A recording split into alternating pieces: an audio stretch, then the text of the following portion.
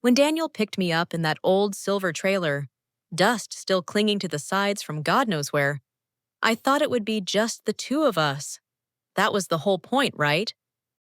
If you enjoyed this story, don't forget to like, subscribe, and leave a comment. Thanks so much for watching. A spontaneous road trip through national parks and small towns. His idea of reconnecting after a year of silence between us. We used to be close, really close. But then he started dating Linda, and everything shifted. He stopped texting back, canceled plans, always busy, always with her. So when he invited me, saying he missed me, I said yes. I packed light. A few tank tops, shorts, hiking shoes, my camera. I was ready for some dusty trails and awkward campfires. What I wasn't ready for was the passenger already sitting in the front seat when I walked up. Linda. "Hey," she said with a smile that felt just a little too bright, too casual. She had on mirrored sunglasses and a messy bun, her bare legs propped up on the dash like she'd already made herself comfortable. I froze at the step of the trailer, my bag still slung over my shoulder. "You didn't tell me she was coming," I said to Daniel, my voice low, tight. He gave me that sheepish grin he always used when he knew he'd screwed up. "Thought it'd be fine. She really wanted to see Yellowstone." "Yellowstone? Sure. That's why." I climbed in anyway. What was I supposed to do? Turn around and Uber home with my pride and a backpack full of bug spray? Linda scooted to make space beside her on the cushioned bench. "I'm really glad you came, Olivia," she said. "Seriously." I gave her a tight smile and didn't answer. The first few days were weird. The trailer was tight, especially in summer heat. Daniel drove most of the time, windows down, music low. We stopped at red canyons, mountain lakes, sunflower fields off dusty back roads. The scenery was stunning. Almost enough to distract from how tense everything felt. Almost. Daniel thought things were going well. He kept pointing out wildlife, making dumb jokes, trying to bridge the gap. But every time Linda offered to help me with sunscreen or handed me water after a hike, I flinched a little. Not because I hated her, but because I didn't know why she looked at me like that. She wore soft cotton dresses and no bra. Her hair always damp from river swims, skin sun-kissed and glowing. I tried not to notice. I tried not to watch her stretch in the mornings or bite the corner of her lip when she read. But in a trailer that small, you notice everything. One evening, after a long hike to some forgotten lake in Utah, we made camp near the shore. The sun was setting in deep orange layers, casting shadows across the still water. Daniel was exhausted and passed out early inside the trailer, limbs sprawled, one arm over his eyes. I stayed outside, sitting on the faded picnic blanket with a can of cider, watching the sky shift. Linda came out barefoot, her tank top loose and dipping low, a blanket wrapped around her shoulders. "Mind if I join you?" she asked. I shrugged, and she sat. Close. Close enough that her thigh brushed mine when she crossed her legs. We didn't speak for a while. The air was warm and soft, scented with pine and damp earth. A loon cried in the distance. "I think he's trying," she said finally, voice quiet. I glanced at her. "Trying what?" "To make things right with you." I stared out at the lake. "He could have told me you were coming." "I know," she said. "I asked him to." That caught me off guard. I turned to her. "Why?" She hesitated. "Because I wanted to see you." Her voice was calm, steady, but she didn't look at me when she said it.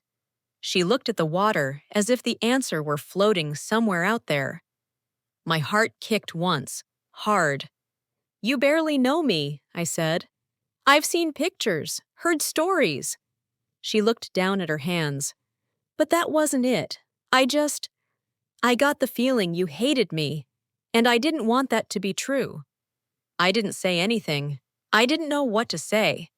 Eventually, she shifted, lying back on the blanket and pulling the edges of the fabric up to her chin. I get cold easily, she said, even though it was still warm. I stayed sitting, knees pulled up to my chest. Where's your hoodie?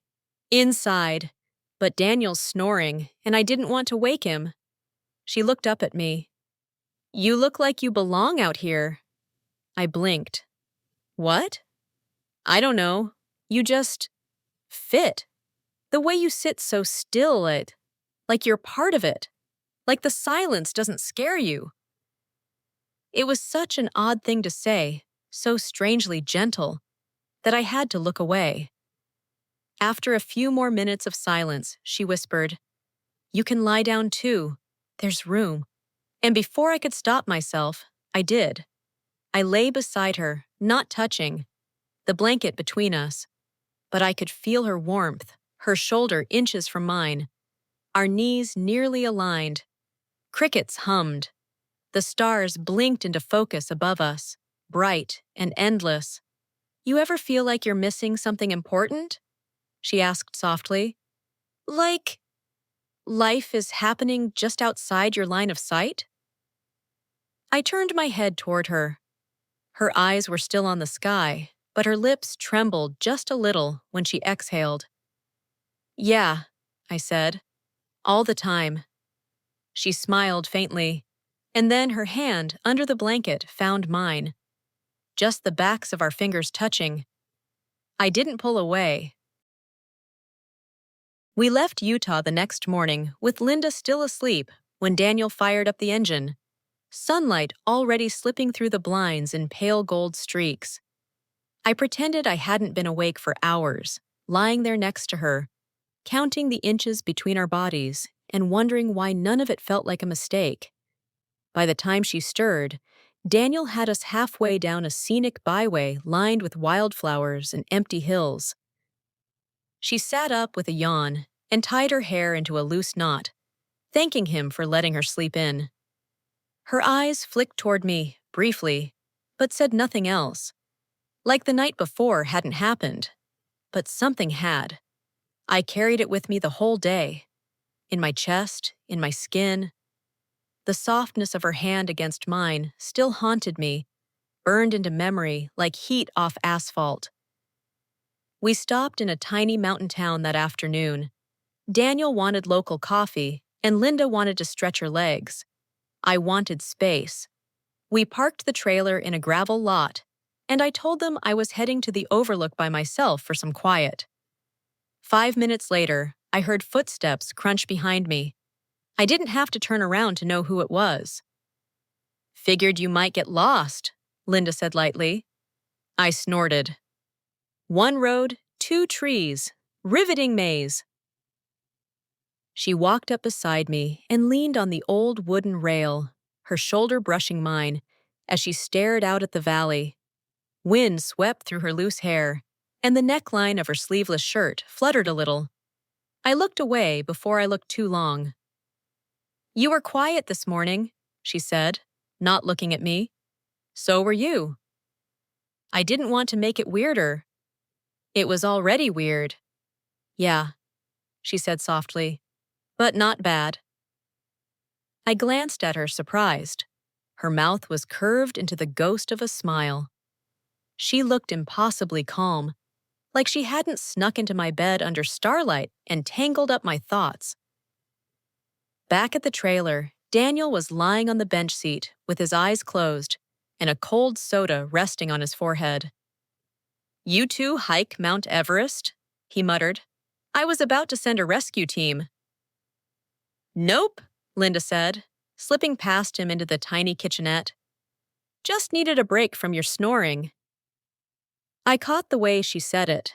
Too casual, practiced. Later that evening, we parked at a pine-shaded campground near a creek. There was no cell service, just birdsong and the occasional low croak of frogs. Daniel made chili in a tin pot over the fire while I sat on the edge of the trailer step, watching the flames flicker. Linda was lying in the grass nearby with her eyes closed, bathed in the golden light of dusk. Her bare feet were still dusty from the trail, one knee bent, shirt rising slightly as she stretched her arms over her head. Daniel kept talking about some trail he wanted us to try the next day, but I didn't hear much of it. That night, a thunderstorm rolled in. It started small, a low rumble over the trees, the kind that sounds like it's still hours away. I couldn't sleep. I lay in the narrow bed at the back of the trailer, tucked under a thin sheet, counting the seconds between flashes of light.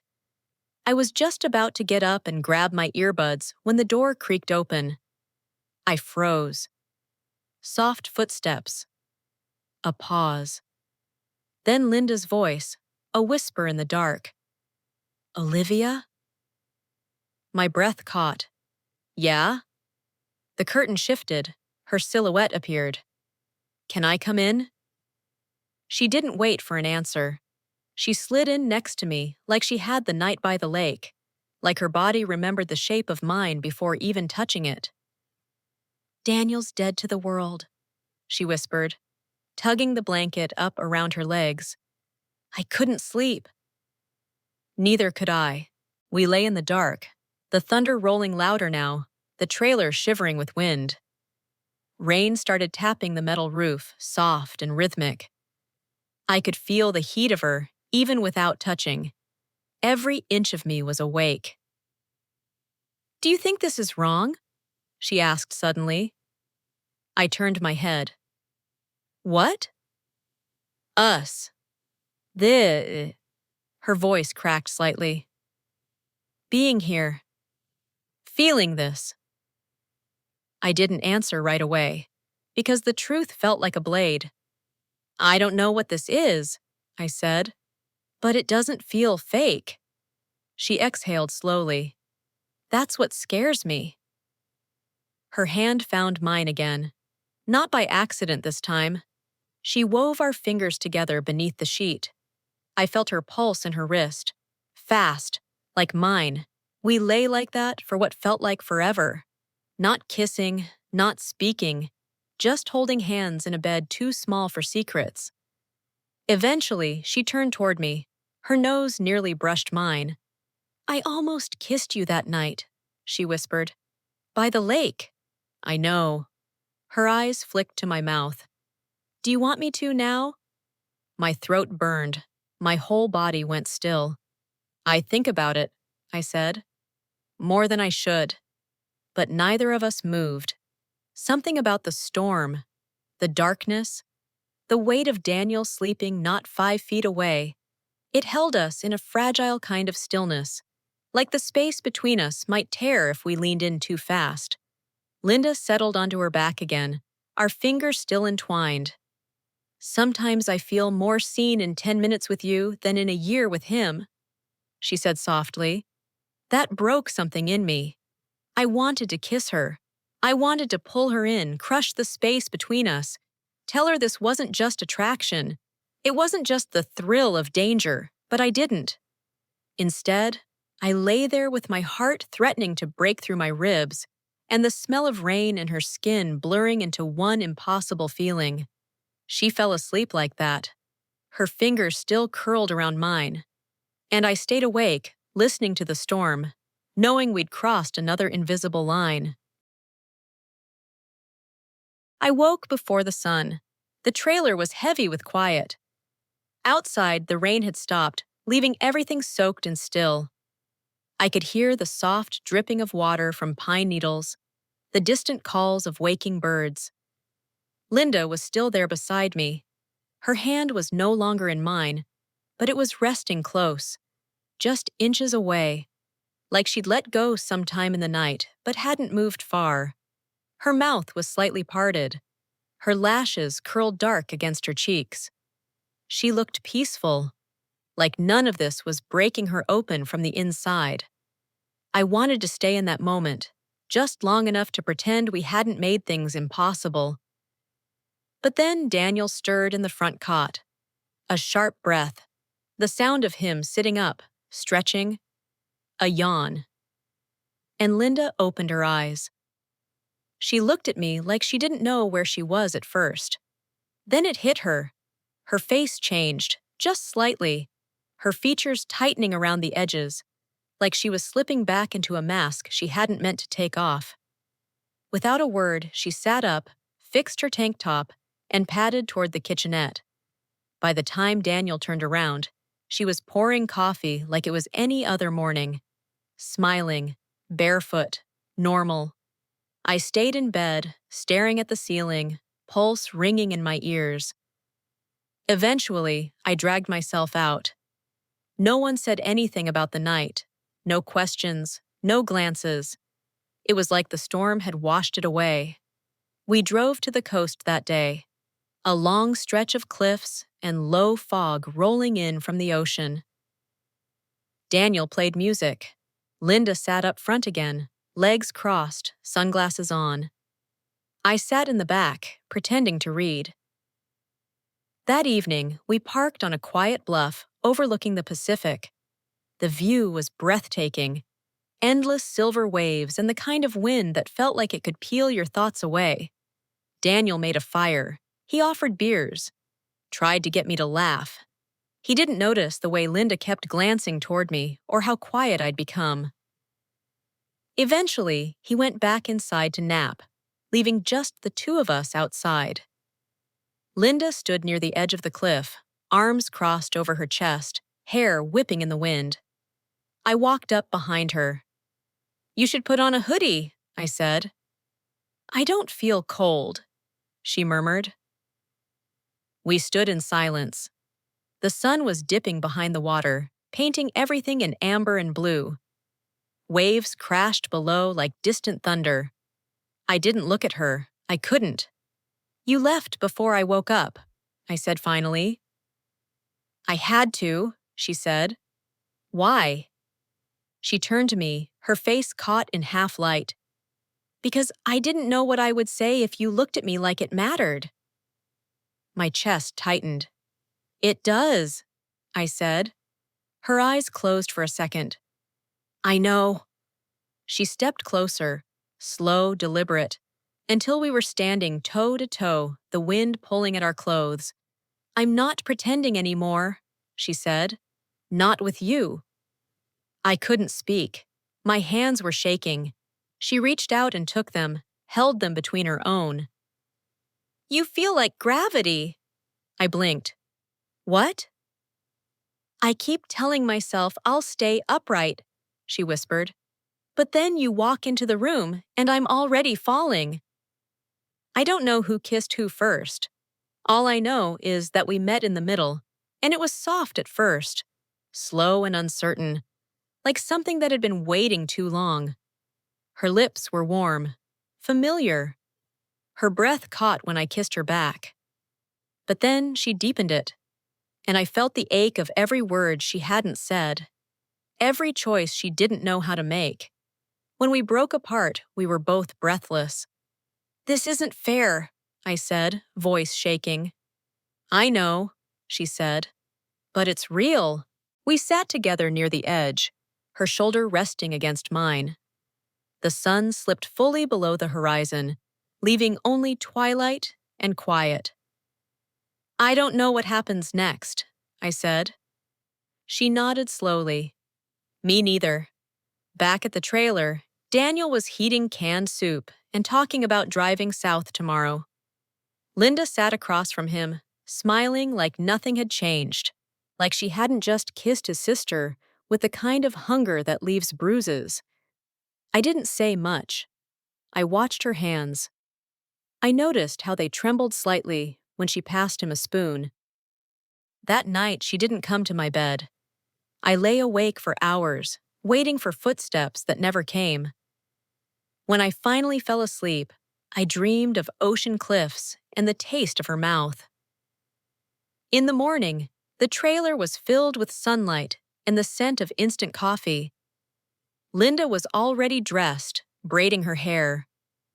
Daniel was packing up outside. I lingered at the door, watching her. She looked at me once, briefly, and that look said everything. That she remembered, that she felt it, that she was scared. "I'm not good at this," she said, so softly I almost missed it. "Neither am I." "I don't want to lie to him." "Then don't." "But I don't want to lose you either." I stepped forward, close enough to smell her skin. "You already have me," I said, "even if you shouldn't." She reached up and touched my wrist. Just a second. Just enough. Then she stepped back. "We should go," she said, her voice steady now. "The coast highway's waiting."